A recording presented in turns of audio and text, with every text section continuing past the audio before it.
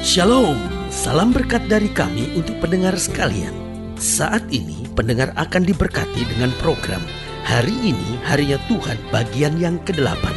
Sebuah program rohani tentang doktrin Alkitab yang menolong kita untuk semakin tertanam dalam kebenaran firman dan bertumbuh dalam kemuliaan. Bersama hambanya, Pendeta Gilbert Lumoindong, STH.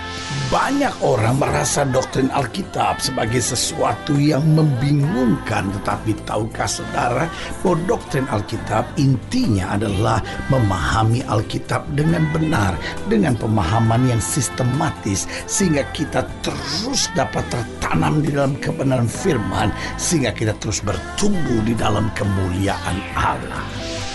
Buka hati saudara sekalian untuk menerima berkat-berkat firman-Nya hari ini.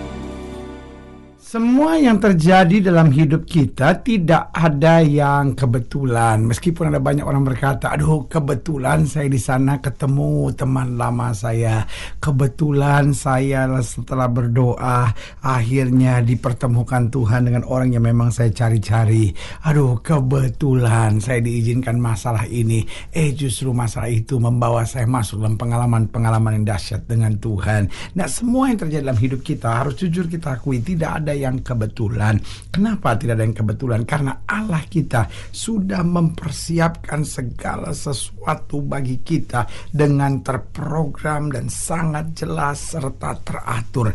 Itulah Allah kita, God in order, Allah yang sangat teratur. Nah, karena itu dalam hidup ini kita tidak dapat melihat segalanya hanya piece by piece, hanya sepotong-sepotong. Semuanya harus kita lihat secara lengkap. Kita lihat apa yang terjadi dengan Yusuf misalnya. Kita nggak bisa lihat sepotong-sepotong. Oh, di sini kakaknya jahat sama dia. Oh, di sini istrinya Potifar jahat terhadapnya. Oh, di sini dia diizinkan masuk dalam penjara. Kok Tuhan tega-teganya izinkan kepada dia? Nah, itu nggak bisa piece by piece seperti itu. Tapi kita harus lihat sebagai kelengkapan seluruhnya kerja Allah secara lengkap. Sehingga kita bisa melihat bahwa ternyata apa yang terjadi 20 tahun yang lalu dalam hidup kita itu sudah dirancangkan Tuhan. Supaya hari ini kita mengalami kebaikan-kebaikan Tuhan. Apa yang pernah terjadi 15 tahun yang lalu, persoalan-persoalan yang menyakitkan buat kita 7 tahun yang lalu, sebetulnya adalah persiapan Allah untuk membuat kita melihat hari ini yang penuh dengan kemenangan, berkat dan mujizat. Haleluya. Karena itu biasakan hidup ini, jangan cepat menyerah, jangan cepat putus asa. Nah, saya pelajari, menyadari bahwa Allah tidak bisa kita lihat karya yang sepotong-sepotong, tapi semuanya lengkap dengan kasih karunia dan rencana yang teratur.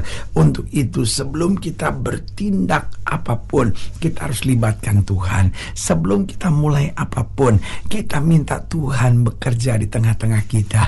Dan ketika kita melihat keberhasilan, kita tahu semuanya karena Tuhan. Tetapi kalau kita melihat kegagalan, kita juga mengerti ini bagian dari rencana Tuhan untuk melakukan perkara-perkara yang lebih dahsyat lagi. Karena itu saudaraku yang kekasih dalam Tuhan, gak bisa kita sebentar-sebentar bersungut-sungut, gak bisa sebentar-sebentar kita kecewa. Mari sebelum kita mulai apapun, kita libatkan Tuhan. Dan kalau kita sudah libatkan Tuhan, kita imani saja bahwa hasilnya itulah yang terbaik yang Tuhan sedang persiapkan buat kita. Nah, yang kedua, menyadari segala sesuatu dalam hidup kita Allah sudah atur secara lengkap, terprogram dengan jelas dan teratur. Berarti yang kedua, untuk kejadian-kejadian menyakitkan sekalipun dalam hidup kita, jangan cepat kecewa, jangan cepat menyerah. Kalau ada hal-hal yang menyakitkan terjadi dalam hidup kita, di baliknya tetap ada kehendak Tuhan, tetap ada rencana Tuhan, tetap ada maksud Tuhan yang baik, saudara-saudara. Karena itu jangan cepat kecewa. Kalau Yusuf mengalami hal-hal yang menyakitkan, itu karena Tuhan sedang siapkan sesuatu yang lebih besar lagi baginya. Dan yang ketiga, saya pelajari untuk hal-hal yang menggiurkan, yang kelihatannya menguntungkan buat kita, jangan cepat terpengaruh. Doa dulu, minta tuntunan Tuhan dulu, minta kepastian bahwa ini Tuhan mau atau tidak. Karena selalu saya bilang, tidak semua pintu yang terbuka pasti pintu dari Tuhan. Tidak semua berkat yang tercurah pasti berkat dari Tuhan. Tidak semua kenikmatan-kenikmatan yang kita lihat dalam hidup kita itu pasti dari Tuhan. Justru yang terjadi seringkali, kalau iblis tidak bisa bawa kita pada ketertekanan, dia coba bawa kita pada kenikmatan. Dan kalau kita tidak sadar, di situ kita terperosok terjerembab dan akhirnya jatuh. Untuk itu kita harus melihat segala sesuatu dalam kacamata kelengkapan kemuliaan Tuhan. Jangan kita bertindak sebelum kita libatkan Tuhan. Lalu untuk kejadian-kejadian yang menyakitkan, jangan cepat kecewa dan menyerah. Tunggu dengan sabar maksud Tuhan di balik semuanya. Dan untuk hal-hal yang menggiurkan, jangan cepat terpengaruh. Doa dulu, minta tuntunan Tuhan dulu. Dan akhirnya yang keempat, untuk itu kita harus peka selalu dalam tuntunan Tuhan melalui rohnya. Makanya Alkitab bilang apa? Hiduplah oleh roh, maka kamu tidak akan menuruti lagi keinginan-keinginan daging. Dan Alkitab berkata seberapa banyak orang yang dipimpin oleh roh Allah adalah anak-anak Allah. Haleluya. Selamat datang dalam program kita hari ini, Harinya Tuhan. Sebuah program rohani yang kembali mengingatkan kepada kita betapa pentingnya kita menjadikan firman Tuhan sebagai dasar keseharian hidup kita. Karena selama kita jadikan firman Tuhan sebagai dasar keseharian hidup kita, langkah-langkah ke depan kita penuh dengan kepastian, kemenangan, berkat, mujizat, dan perkara-perkara besar. Haleluya. Dan dalam program ini kita sedang membahas tentang sujud menyembah Tuhan. Itulah hidup Kristen, bahwa dalam segala perkara kita tahu bahwa Tuhan turut bekerja. Berarti kita harus belajar sujud menyembah Tuhan. Bukan hanya ketika berkat, kemenangan, dan mujizat terjadi, tapi dalam segala keadaan kita tahu bahwa Tuhan yang mempunyai langit dan bumi, Dia berdaulat. Apa saja yang Dia perbuat selalu yang terbaik buat kita. Haleluya. Nah, saudara gue yang kasih dalam Tuhan, dalam pembahasan kita tentang sujud menyembah, kita mau sama-sama belajar dari Kejadian pasal 24 ayat yang ke-43 sampai ayatnya yang ke-50. Sekali lagi saya ulangi, Kejadian pasal 24 ayat yang ke-43 sampai ayatnya yang ke-54. Demikianlah firman Tuhan. Di sini aku berdiri di dekat mata air ini. Kiranya terjadi begini apabila seorang gadis datang keluar untuk menimba air. Dan aku berkata kepadanya, tolong berikan aku minum air sedikit dari buyungmu itu. Dan ia menjawab, minumlah, dan untuk unta-untamu juga akan kutimba air. Dialah kiranya istri yang telah Tuhan tentukan bagi anak tuanku itu. Belum lagi aku habis berkata dalam hatiku, Ribka telah datang membawa buyung di atas bahunya dan turun ke mata air itu, lalu menimba air. Kataku kepadanya, tolong berikan aku minum. Segeralah ia menurunkan buyung itu dari atas bahunya serta berkata, minumlah, dan unta-untamu juga akan kuberi minum. Lalu aku minum, dan unta-unta itu juga diberinya minum. Sesudah itu aku bertanya kepadanya, anak siapakah engkau? Jawabnya, ayahku Betuel anak Nahor yang dilahirkan Milka. Lalu aku mengenakan anting-anting pada hidungnya dan gelang pada tangannya. Kemudian berlututlah aku dan sujud menyembah Tuhan serta memuji Tuhan Allah Tuanku Abraham yang telah menuntun aku di jalan yang benar untuk mengambil anak perempuan saudara Tuanku ini bagi anaknya. Jadi sekarang apabila kamu menunjukkan kasih dan setia kepada Tuanku itu, beritahukanlah kepadaku, dan jika tidak, beritahukan juga kepadaku, supaya aku tahu entah berpaling ke kanan atau ke kiri. Sudah bisa lihat nggak? Sepertinya kebetulan dia lagi berdiri dekat mata air. Ada Ribka datang. Lalu dia berharap supaya Ribka memberikan air juga buat unta-untanya. Kebetulan Ribka melakukan hal yang sama. Kelihatannya semua serba kebetulan, tapi dalam kalender kerja Allah tidak ada yang kebetulan. Semuanya terprogram dengan rapi dan luar biasa. Ayat yang ke-50. Lalu Laban dan Betuel menjawab, semuanya ini datangnya dari Tuhan. Luar biasa. Mereka menyadari betul itu bukan kebetulan, datangnya dari Tuhan. Kami tidak dapat mengatakan kepadamu baik atau buruknya. Lihat, Ribka ada di depanmu, bawalah dia dan pergilah, supaya ia menjadi istri anak tuanmu seperti yang difirmankan Tuhan. Ketika hamba Abraham itu mendengar perkataan mereka, sujudlah ia sampai ke tanah menyembah Tuhan.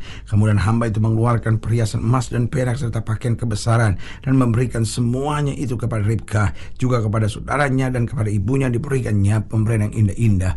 Sesudah itu makan dan minumlah mereka, ia dan orang-orang bersama-sama dengan dia, dan mereka bermalam di situ. Paginya sesudah mereka bangun, berkatalah hamba itu, lepaskanlah aku pulang kepada tuanku. Nah, saudaraku yang kekasih dalam Tuhan, dari ayat bacaan ini jelas bahwa salah satu hal yang mutlak yang kita kerjakan dalam segala hal hidup ini adalah sujud menyembah Tuhan. Karena kita tahu apapun yang Tuhan buat ini terbaik. Nah, pertanyaannya, kenapa kita perlu sujud menyembah Tuhan? Emangnya berdoa saja nggak cukup?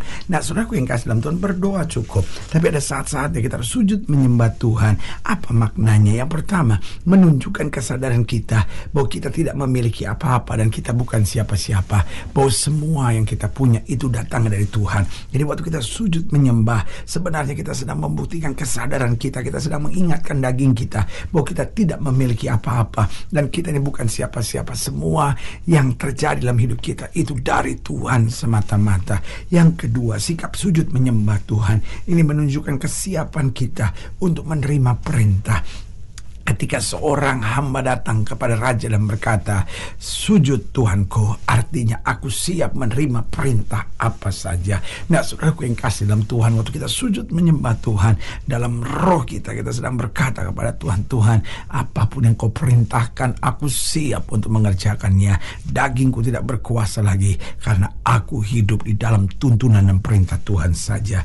Yang ketiga, saya pelajari sujud menyembah Tuhan artinya menunjukkan keyakinan kita tentang kedahsyatan Tuhan kita, bahwa kita tidak ada bandingannya dibanding kemuliaan Tuhan yang kita alami setiap saat dalam hidup kita. Jadi ingat, ada waktunya kita berdoa di gereja, ada waktunya kita berdoa sendirian di kamar, tetapi ada waktunya kita berdoa sendirian dengan sujud menyembah untuk menyadarkan kita bahwa kita tidak memiliki apa-apa dan bukan siapa-siapa. Kita sujud menyembah menunjukkan betapa kita siap untuk menerima perintah dari Tuhan, dan menunjukkan juga keyakinan kita tentang kedahsyatan Tuhan kita yang luar biasa, dan akhirnya menunjukkan keterbukaan kita untuk menerima teguran Tuhan. Artinya kalau aku salah, aku siap ditegur karena Engkau yang memiliki kehidupanku. Haleluya. Saudaraku yang kasih dalam Tuhan, tidak ada yang seperti Yesus kita. Karena itu mari kita sujud menyembah dan mengakui bahwa segalanya itu berasal dari Dia saja. Haleluya. Saudaraku yang kasih dalam Tuhan, jika saudara yang dilayani lebih jauh, hubungi kami melalui telepon, hubungi kami melalui surat, kunjungi website kami, karena kami ada untuk membawa Bapak Ibu Saudara senantiasa lebih dekat pada Tuhan dan mengalami kasih kuasa mujizat yang luar biasa. Haleluya. Secara khusus melalui program ini juga saya mau berdoa buat siap yang sakit, siap yang berbeban berat, karena saya percaya bahwa bagi Allah tidak ada perkara yang mustahil. Nah, saudara-saudara yang didoakan secara khusus, boleh taruh tangan kanan saudara di dada dan kita akan berdoa. Mari kita berdoa. Bapa, dalam nama Yesus, hamba doa buat yang sakit, hamba doa buat yang berbeban berat, hamba doa untuk setiap mereka yang sedang menghadapi masa-masa yang sukar, karena hamba percaya bahwa bagi Allah tidak ada perkara yang mustahil. Bapa, hamba berdoa di dalam nama Yesus, Tuhan jamah yang sakit, Tuhan sembuhkan, yang lemah Tuhan kuatkan, yang susah Tuhan hiburkan, yang jatuh Tuhan angkat. Hari-hari yang penuh kemenangan boleh terjadi. Oh, mereka yang taruh tangan kanannya di dada karena rindu untuk menyakui bahwa Yesus segala dan sujud menyembah kepada Kristus. Hamba berdoa di dalam nama Yesus, Tuhan jamah, sehingga kami dihalaukan dari segala kesombongan dan disadarkan kami bahwa segala yang kami punya datang dari Tuhan. Tidak ada yang kebetulan karena semua sudah dirancangkan indah. Di dalam nama Yesus kami berdoa. Haleluya. Amin. Saudara gue yang kasih dalam Tuhan, kita sudah berdoa. Ingat, Allah tidak pernah lalai menepati janjinya. Ini saatnya buat kita untuk bangkit, bersemangat, bersuka cita dalam menghadapi segala perkara. Karena kita tahu Yesus hidup, Yesus berkuasa, dan selalu menyediakan yang terbaik buat anak-anaknya. Doa saya menyertai saudara. Sampai berjumpa pada program berikut, dan jangan lupa jadikan hari ini harinya Tuhan. Haleluya.